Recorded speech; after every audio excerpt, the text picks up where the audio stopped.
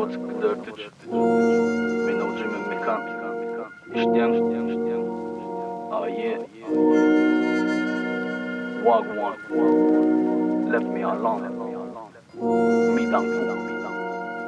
When I talk, no dog back man. Yeah. Okay.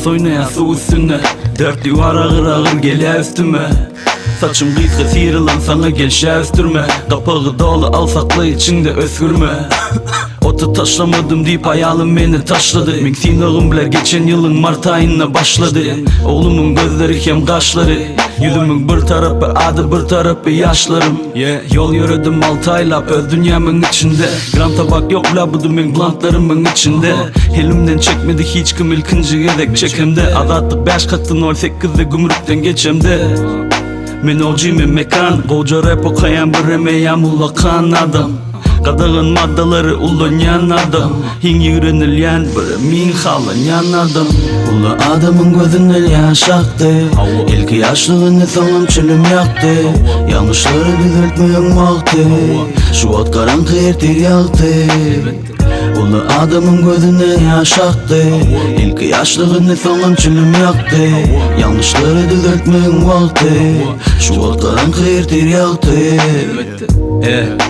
Rap yazmak şeylen satsar Tırnak bilen gazap azap çekip arzansa Ay sonu hasap tölögler kısap Biz köçe tele keçileri boy that's what's up 08'de alıp çorabın içine salyadım Yürüm de lakam el çapotan alyadım Ne tanış yüzler köpelye dostlar azalyadı Dostlar gemiden kaçıp varyan sıçanlar yalı Ben kovu durmuş arzu eden immigrant Bir elime kalam aldım bir elime blunt Bu men versimde bileyin esası part Michael Willen'in de tanış olmalı indiki mar Men ojimin mekan Koca rap okayan bir emeğim ulakan adam Kadağın maddaları ulanyan adam İngrenilyen bir emin halanyan adam Ulu adamın gözünden yaş aktı İlk yaşlığını sonum çölüm yaktı Yanlışları düzeltmeyen vakti Şu ot karanlık ertir yaktı Ulu adamın gözünden yaş aktı İlk yaşlığını sonum çölüm yaktı